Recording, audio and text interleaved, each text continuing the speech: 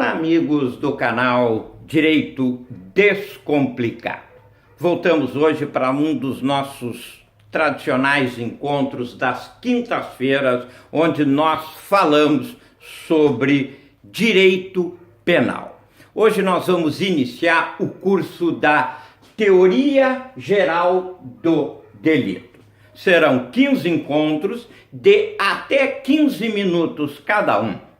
Não temos a pretensão de passar todo o entendimento de teoria geral do delito em apenas 15 encontros de 15 minutos. Seria uma irresponsabilidade da minha parte, eu não tenho essa pretensão. Mas vou tentar passar para vocês aquilo que há de mais importante. O ponto fulcral, o ponto central, o ponto nevrálgico, aquilo que vocês precisam saber para realmente serem aprovados no exame da OAB, tirarem a vermelhinha, né, a nossa carteirinha de advogados, tão importante, tão necessária e tão cobiçada. Então, para quem quiser fazer um concurso para o Ministério Público, ou um concurso para delegado de polícia, para capitão da PM, enfim, para concurso é importante saber estes pontos que nós vamos colocar. Como eu disse para vocês, as nossas próximas 15 quinta-feiras estão comprometidas com este curso da Teoria Geral do Delito. Mas é praxe do canal, e eu tenho dito a vocês, e com muita satisfação, transmito a vocês que em 3 semanas de postagem no nosso canal, nós já ultrapassamos a marca das 1000 visualizações, mais de 1000 acessos. Isso é um fato que nos traz satisfação. As pessoas têm entrado em contato conosco, têm feito contato pelo nosso e-mail que está aqui, direitopenaldescomplicado@gmail.com, Direito Penal Descomplicado, tudo junto, e também podem entrar em contato conosco ali, ó, pela nossa página no Facebook, Jefferson Cardoso. Me procurem lá, me procurem lá no Facebook pelo meu nome e vão encontrar, podem fazer os contatos. E como eu disse para vocês, se tornou tradição que as pessoas sugiram algum tema. E como as próximas 15 quintas-feiras já estarão comprometidas, incluindo essas próximas 14, nós vamos abrir então vídeos excepcionais para o atendimento dos apedidos. Então, nós faremos esses vídeos, estas postagens nas terças-feiras. Antecipo que já tem um pedido, várias pessoas, quando identificaram no meu último vídeo que eu era especialista também em violência urbana, me pediram para falar. É um assunto que está muito em voga, a criminalidade, a violência urbana. Eu assisti há poucos dias, logo que deu aquele atentado terrorista em Barcelona, que se fazia ali na Globo News, o pessoal fazia uma comparação do terrorismo que tem na Europa e com a sensação de terrorismo que vivemos no nosso dia a dia aqui no Brasil. Então, para falar sobre criminalidade, sobre violência urbana, eu vou precisar também alguns conceitos criminais. Eu vou ter que passar para vocês as distinções entre furto, roubo e extorsão. E aí passar regras para evitar furto e roubo em residência, furto e roubo em veículo, furto ou roubo em via pública, e também como evitar a extorsão. De vez em quando o Tico e o Teco não se encontram, né? E evitar extorsão mediante sequestro. Então existe uma diferença entre furto, roubo e sequestro. Furto, roubo e extorsão. E é isso que nós vamos esclarecer para vocês no vídeo da próxima terça-feira. Então vamos lá para o nossa aula de teoria geral do crime. Gente, como eu falei no último vídeo, ninguém sabe nada, é conhecimento zero de direito penal quem não sabe tudo sobre teoria geral do delito. Ali está a base de tudo. É ali que vocês passam no concurso. O conhecer isso é o que faz a diferença entre o bom e o mau advogado. É o que faz a diferença entre aquele que passa e o que não passa no concurso.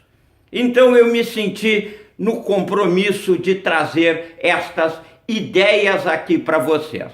Vamos iniciar a passar o nosso vídeo aqui para vocês. Vamos começar pelo fato típico. Nós vamos ir do fato típico até a culpabilidade. Fato típico. Conceito de fato típico. Conceito de Davi André Costa e Silva, bibliografia que desde já recomendo, Direito Penal, parte geral, do professor Davi André. Conceito: é o comportamento humano que provoca um resultado que é descrito em lei como infração penal, ou seja, crime ou contravenção penal. Os elementos do fato típico são três. Os crimes podem ser materiais, podem ser formais ou de mera conduta. Os crimes materiais, eles são compostos de conduta mais resultado. A nossa ação precisa gerar um resultado naturalístico, ou seja, ele altera a ordem natural da vida, cria uma situação fática diferente. Isto é resultado naturalístico. Exemplo clássico de crime material: o homicídio. O cidadão mata alguém, ele dá um tiro, ele desfere uma facada, enfim, ele leva o indivíduo à morte. O resultado é a morte desta pessoa. Aonde nós encontramos a materialidade do crime? Esta é uma grande pegadinha de concurso. A materialidade é como diz a música, o poeta diz lá, tá lá o corpo estendido no chão. Isso é a materialidade? É o corpo estendido no chão? Não. A materialidade vem do laudo de necrópsia. Vou provar. Digamos que numa cidade pequena, muito comum, cidades do interior, existe lá a família X e a família Y, que são inimigos mortais, arquirrivais. Onde está um, não está o outro, e aonde tiver os dois tem briga. Muito bem. Aí um deles, o X, vai lá no barzinho, começa a tomar uma cachaçinha e tal, e vai se emocionando e comenta com o pessoal do bar: hoje eu vou acabar com essa rixa, hoje eu vou lá na casa do fulano e vou matar ele. Vou encher de bala aquele cara. Mas ninguém mais dá bola para isso, se tornou um folclore na cidade. Sempre que um bebe, diz que vai matar o outro e vice-versa. O cara sai de lá e diz assim: hoje eu vou matar o fulano. Ninguém dá bola. Ele sai, vai até a casa do fulano, isso já são 11 horas da noite, o cara fechou o bar e ele saiu. Ele chega lá, bate na porta de revólver na mão, a mulher do cara abre a porta e diz assim: o que é isso? O que tu tá fazendo aqui? Sai da minha frente que hoje eu vou acabar com esse problema. Não, mas o meu marido tá dormindo. Eu vou lá e é agora. Vai no quarto, abre a porta, revólver na mão e encontra o cara deitado, cobertinho até o pescoço, só a carinha de fora. Ele diz: tu tá aí, é? puxa o revólver e bem, descarrega o revólver. 5 tiros. Todo mundo chega, agarra um cara, chama a polícia, o cara vai preso em flagrante pelo crime de homicídio. Tá lá o corpo estendido, não no chão, aí na cama, né? Tá lá o corpo estendido na cama. 5 furos de bala. O cara disse que ia matar. Homicídio. Claro, temos a materialidade no corpo. Muito bem, vamos olhar o laudo de necrópsia. Quando pegamos o laudo de necrópsia, o perito atesta lá. Descrição externa do cadáver, descrição interna do cadáver, 5 perfurações por arma de fogo, orifício de entrada, orifício de saída, tal. Causa morte. Infarto agudo do miocárdio. Horário de morte, aproximadamente 20 horas. E aí?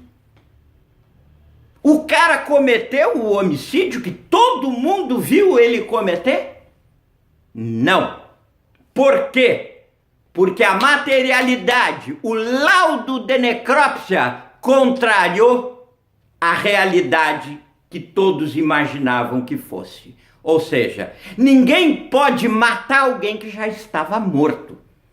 O cara já tinha sofrido um infarto, o cara estava morto. Bom, e que crime então ele cometeu? Bom, sei lá, talvez vilipêndio a cadáver. Ele pode ter cometido crime de perigo, disparo de arma de fogo, enfim, uma série de coisas ali pode ter acontecido, menos homicídio. Homicídio, não. Tá? Por ausência do quê? Da materialidade. Não teve resultado. Os crimes formais. Os crimes formais também exigem uma conduta e não exige um resultado. Basta a tipicidade. O exemplo clássico disso é o crime de concussão. Vamos dar um exemplo bem hipotético. Tá? Digamos que num país hipotético, vamos imaginar no século XX, um país hipotético chamado Brasilis. Capital de Brasilis é Brasilis. País hipotético. Qualquer semelhança com a realidade é mera coincidência. E lá na capital Brasilis, existem os deputados federais, os senadores, estão lá os políticos, e o país precisa fazer uma obra e contrata uma empreiteira também hipotética. Lá, o Adebroches. Ao Adebrochas, vai lá o seu diretor conversar com aquele político. E o político, aquele político hipotético, para resolver o problema daquela obra, cobra uma percentagem, olha, 1% para minha conta lá na Suíça. Ele faz a proposta. No momento em que ele fez a proposta, independente do empreiteiro pagar ou não, ele já cometeu o crime, porque o crime é formal. Teve a conduta e teve a tipicidade, ou seja, exigiu para si, pediu concussão, está ali o crime. Para melhor doutrina, o pagamento nada mais é do que o exaurimento do crime. Ok? Vamos adiante. Os crimes de mera conduta. Como o anterior exige a conduta e a tipicidade. Não há nenhuma alteração naturalística no evento. Um exemplo bem tranquilo disso é, por exemplo, o cidadão brasileiro que é expulso do país e clandestinamente ele volta a morar no Brasil. A conduta dele é típica. Ele está vivendo de forma ilegal dentro do país. E não está havendo nenhuma alteração na ordem social. É uma conduta, é típica e é um crime considerado de mera conduta. Adiante. A estrutura do tipo penal. Preceito primário e o preceito secundário. Eu já falei para vocês no primeiro vídeo, lá na legítima defesa, o que era fato típico. Repeti lá para vocês o mesmo conceito. E aonde nós encontramos o fato típico? Na parte especial do Código Penal. É o caput de cada artigo, nós temos o preceito primário, que é a conduta incriminadora. Por exemplo, o artigo 121. A conduta incriminadora é matar alguém. E o preceito secundário é a pena. Então, o artigo 121 se compõe de um preceito primário e de um preceito secundário. Preceito primário, matar alguém. Preceito secundário, pena, reclusão de 6 a 20 anos. A função do tipo penal, para encerrar. Ela tem 3 funções: garantidora, fundamentadora e selecionadora de conduta. Garantidora: só será punida a conduta que tiver previsão legal. Tem que haver uma previsão legal para aquela conduta. Não adianta o juiz dizer assim: eu não gosto, o meu vizinho lá, toda vez que o Grêmio é campeão, ele faz uma algazarra, uma festa, e eu não gosto disso. Ele não pode, ele é juiz, mas não pode punir o cara toda vez que o Grêmio for campeão, porque não há previsão legal para isso. Isso é o princípio da legalidade. Tem que haver uma previsão legal. Ainda bem que fato como esse juiz só vai se incomodar de 10 em 10 anos, que é mais ou menos quando o Grêmio é campeão. Tá? Mas eu faço a brincadeira que é para ganhar. Os gremistas sofrem na minha mão. E eu, uma felicidade danada com o meu time na segundona, né? Agora nós estamos com a expectativa do São Paulo vir também para a segunda divisão. Vai ficar uma divisão maravilhosa. Fundamentadora. O Estado fundamentará em lei, ou seja, no tipo previsto. Cada vez que o Internacional faz um gol, eu estouro uma champanhe. Aí o outro juiz não gosta, pode me punir por isso? Não. Ele tem que fundamentar a decisão dele numa previsão legal. E a selecionadora de condutas. Nós temos a seleção da conduta inclusiva e a seleção da conduta que exclui o crime, exclusiva. Então, na inclusiva, exemplo típico, o homicídio. Ele vai lá e mata alguém. Existe a previsão do crime de homicídio? Existe. Então, ela é selecionadora da conduta por inclusão. Ela pode ser selecionadora da conduta por exclusão. Um fato que já fora crime anteriormente deixou de ser. Exemplo, adultério. Adultério é crime? Adultério pode ser uma conduta antissocial, mas não é crime. Talvez para os interessados na filosofia quântica do direito penal, uma filosofia bastante interessante, ali vão encontrar elementos para falar do adultério. enquanto conduta reprovável socialmente, mas não é crime. Ok? Gente, passei um pouquinho do meu tempo porque eu tive que explicar aquela situação das aulas de terça-feira. Mas o que tínhamos para falar de fato típico era isto.